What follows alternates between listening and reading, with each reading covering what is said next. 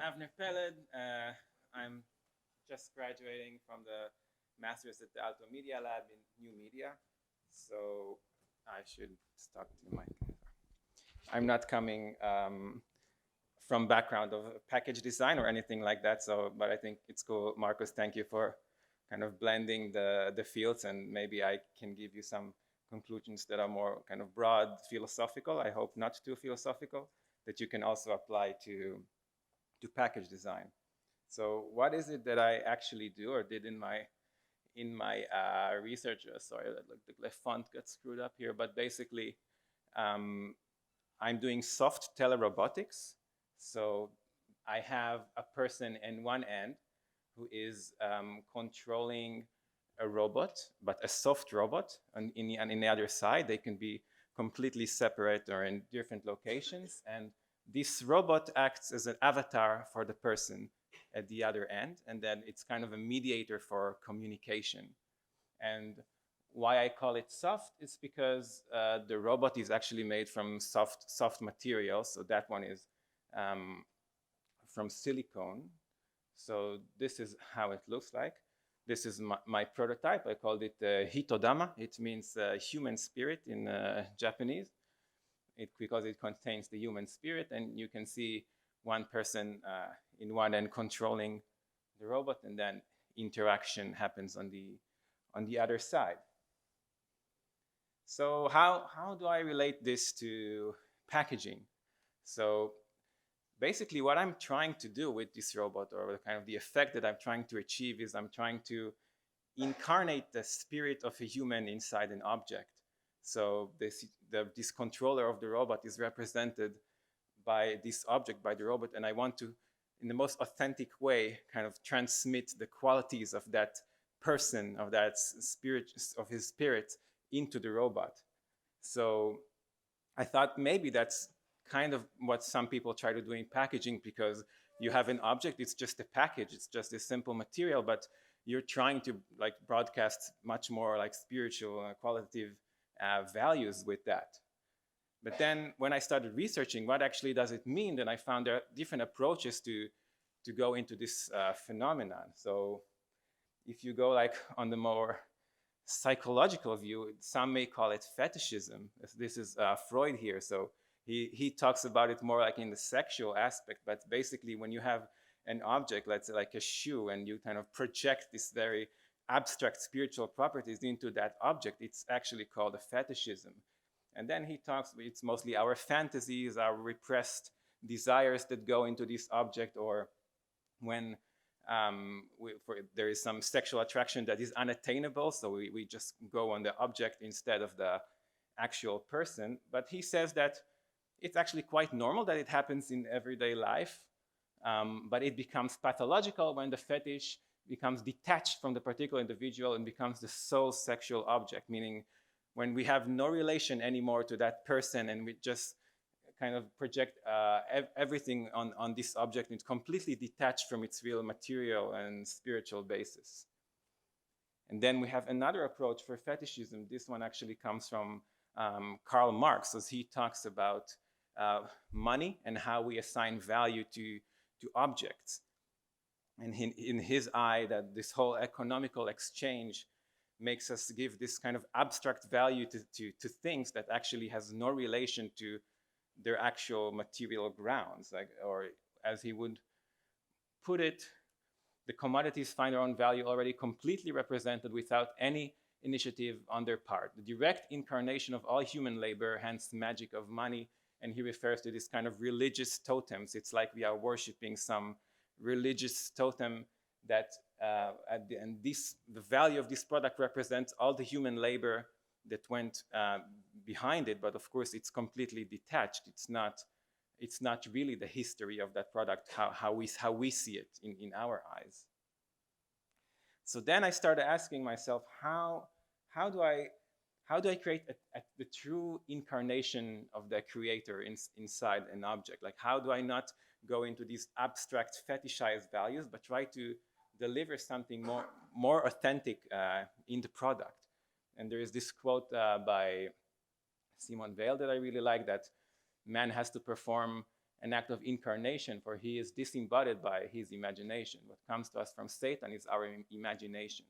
So basically, how do I make people imagine less these abstract values in an object and see more the actual physicality, the physical story of that object and how it comes to be. So I'm going to give you some conclusions that I learned from experience that I had with this Hitodama, because I was like trying different methods to see how the controller of this robot can be represented more accurately in the robot. So maybe two major things I found that I want to talk about. One is the active will, and the two is material engagement.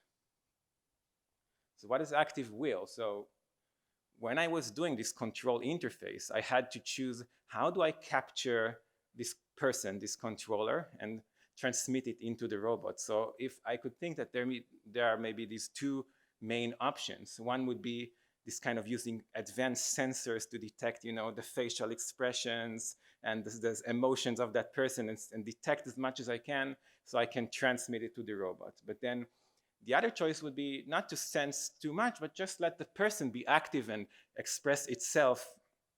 And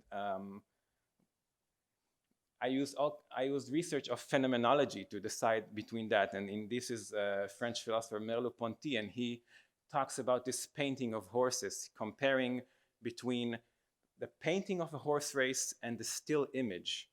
And he says that the painting actually is much more authentic to the experience than this kind of still image of the finish line of the horses, because the painting is this active action of the painter. It contains the true experience of the creator. And from this, I kind of learned that there is something about this movement, this action, that instead of like capturing data by a passive sensor, I want to transmit more action, more of the free will of the creator to the robot. So I want to focus on this expressiveness. So yeah, if I think of maybe trying to relate this to packaging, I thought how maybe this is why they consider this premium engraved numbers, this limited edition, that like someone actually worked on it, or maybe like this the signed record. And I also found that, for example, Kickstarter experience, like this microscope, this fold scope, it has this kind of personal relation that you kind of feel that these people actually arranged your box, and you get more like this, the will of them into it. But that was one thing to consider, but it became more kind of deep when I started thinking about materials. So at first, I made these kind of telepresence, these remote control robots, prototypes, and I used rigid materials like this. There's a wood here, and there is plastic and metal motors in this now figure. This is a famous robot. But I found that really there's something was missing with these rigid materials, and especially when I started comparing into this world of soft robotics. And that was one of my first prototypes. And you can see how this silicone moves and how it feels. And it's not just that the material is soft and how you touch it and how it looks like, but it also has like this certain style of movement.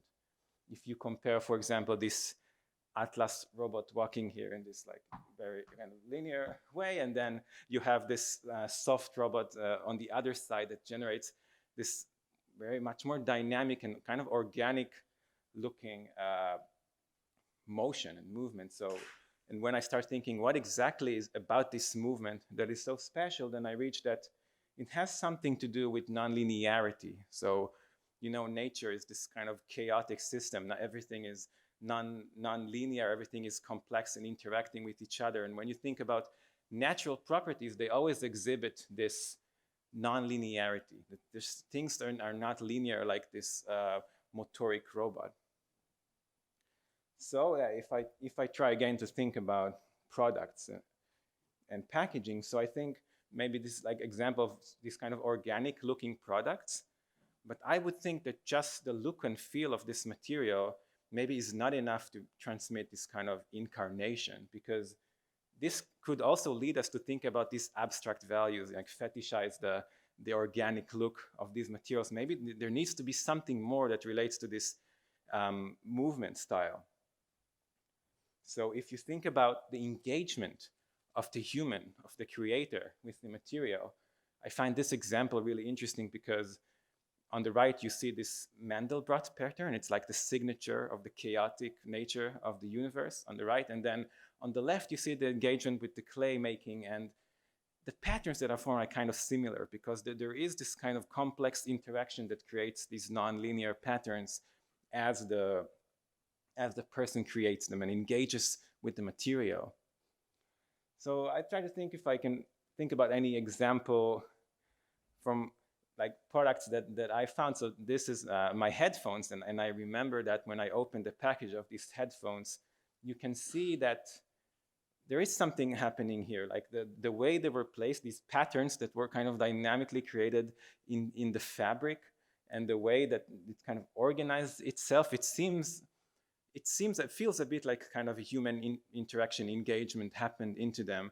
And it reminded me a bit also of this wabi-sabi, this Japanese aesthetics of imperfection. You know, they are trying to focus on the imperfection of nature, showing this nonlinear and complexity. So I think that's interesting if we can see it in this kind of modern tech, but with some of this kind of complex human touch.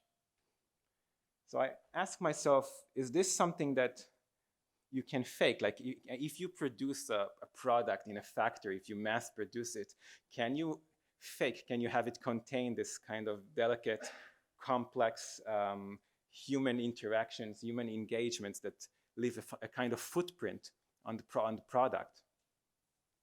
And I think maybe no, because maybe the interaction of the human and the matter is actually so complex. Maybe it goes down into this quantum level of entanglements that it's just impossible to fake it with a machine. Maybe our body is even programmed to understand these kind of complex interactions and perceive them and intuitively, and that we can recognize when something is kind of fakely done with a machine.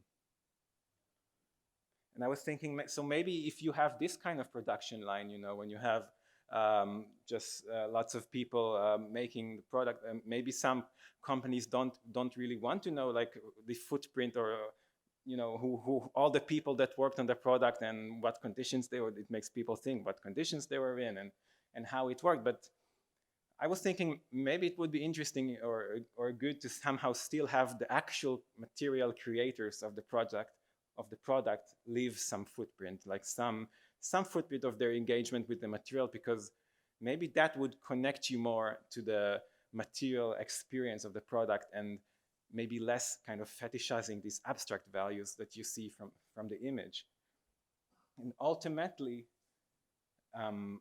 when we start fetishizing, when we start kind of losing our connection to the material, when we start getting detached, and it's maybe quite worrisome because we might be losing our attachment to material in general and to like the earth that created this material. So I think that it's important to maintain our relation with material and with the process and with the history of material if we want to continue valuing like our earth and the earth that nourishes this material, and so we don't slip into this abstract world.